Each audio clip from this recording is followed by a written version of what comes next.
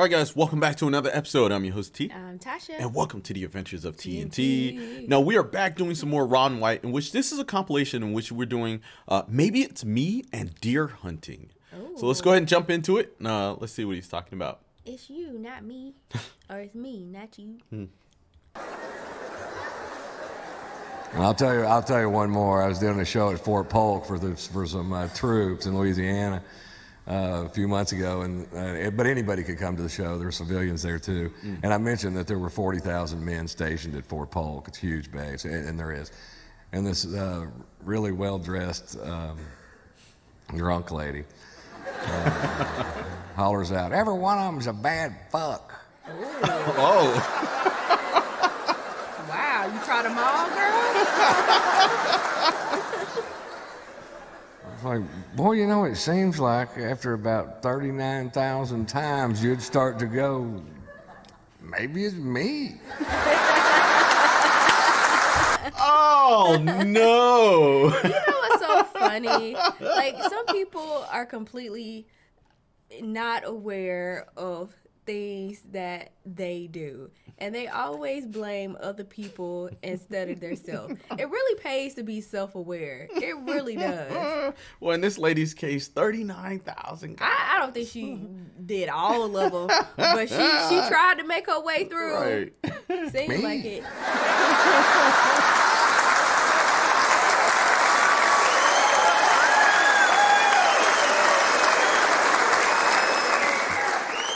Maybe I need to read a book. I seem to be the only common denominator in this math equation of love. Oh. Okay. All right, so we're going to go ahead and check out the next piece, which is... Dang, I want to see that. Yeah, I want to see the whole one, too. Yeah, y'all let us know which bit it came from. This is deer hunting. I'm probably not a typical Texan in that I don't hunt. I fish, but I don't hunt. And not because I think it might somehow be more holy to eat meat that's been bludgeoned to death by somebody else. That's not it. It's really early in the morning. It's really cold outside, and I don't want to go.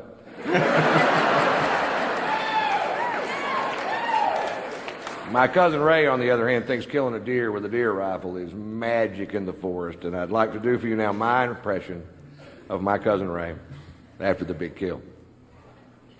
Hell, it was 4 in the morning, 22 degrees outside. Of course, you weren't there. Pussy.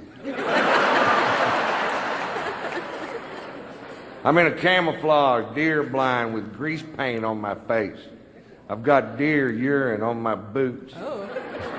I'm not sure why. I made that part up. I got a 30-06 with a 12-power scope and a bullet that'll travel 2,200 feet per second. When that deer looked up to lick the salt sucker I'd hung from the danged old tree, caught him right above the eye. Yeah, well, I hit one with a van.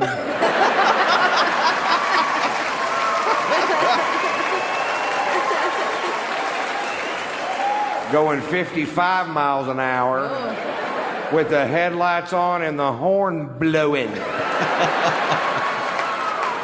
Woo, that's an elusive little creature.